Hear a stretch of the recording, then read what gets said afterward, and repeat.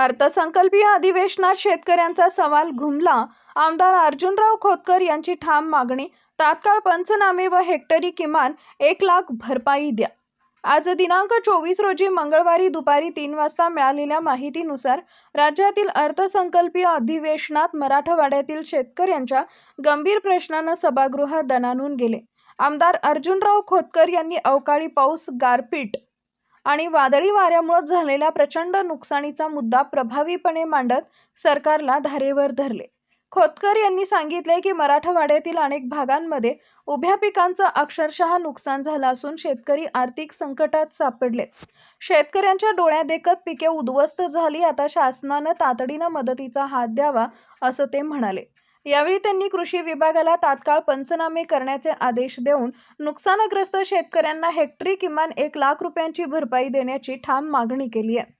तसेच विलंब न करता प्रत्यक्ष मदत पोहोचवावी असा इशाराही त्यांनी दिलाय। दरम्यान कृषी मंत्र्यांनी उत्तर देताना सरकारची भूमिका स्पष्ट केली। त्यांनी सांगितले की राज्यभरात तातडीनं पंचनामे करण्याचे निर्देश देण्यात आले असून नियमानुसार नुकसान भरपाई दिली जाईल। शेतकऱ्यांना दिलासा देण्यासाठी शासन कटिबद्ध असल्याचा विश्वासही त्यांनी व्यक्त केला। मराठवाड्यातील शेतकऱ्यांच्या प्रश्नाला सभागृहात मिळालेला हा आवाज त्यांच्या अपेक्षा पूर्ण करतो का, याकडे आता सर्वांचं लक्ष लागलंय। ही परिस्थिती खरी आहे। विजयभाऊने मांडल्याप्रमाणे जालना जिल्हा विशेषतः मराठवाड्यामध्ये हातातोंडाशी आलेला घास हा शेतकऱ्यांचा या वादळी वाऱ्यामुळं, पावसामुळं आणि गारपिटीमुळं खूप मोठं नुकसान झालं।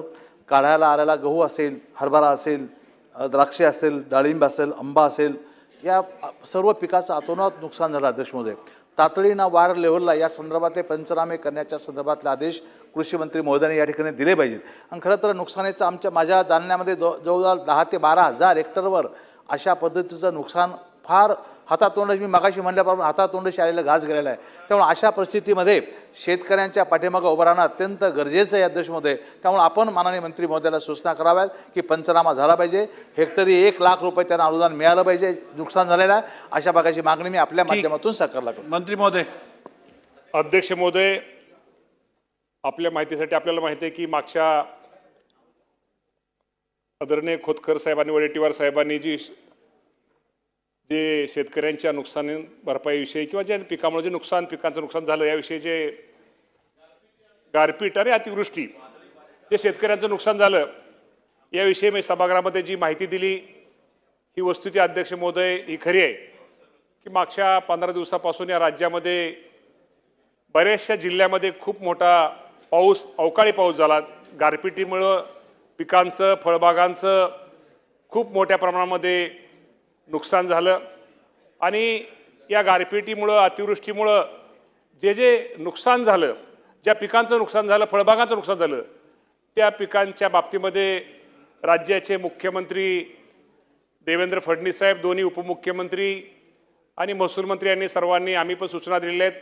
कृषी विभाग आणि महसूल विभाग एकत्रित जिथं जिथं नुकसान झाले त्या सर्वांच्या शेतकऱ्यांच्या नुकसान भरपाईचे पंचनामे हे आता नुकसान भरपाई सुरू आहेत। या बाबतीमध्ये मी अध्यक्ष महोदय आपल्या माध्यमातून मी सदस्यांनी, शेतकऱ्यांनी एकच हे करतो की निश्चित प्रकारे ज्याचं या अवकाळी पावसामुळे नुकसान झाले त्या सर्व शेतपिकांचे पंचनामे केले जातील आणि त्यांना मदत ही शासनाच्या वतीने दिली जाईल।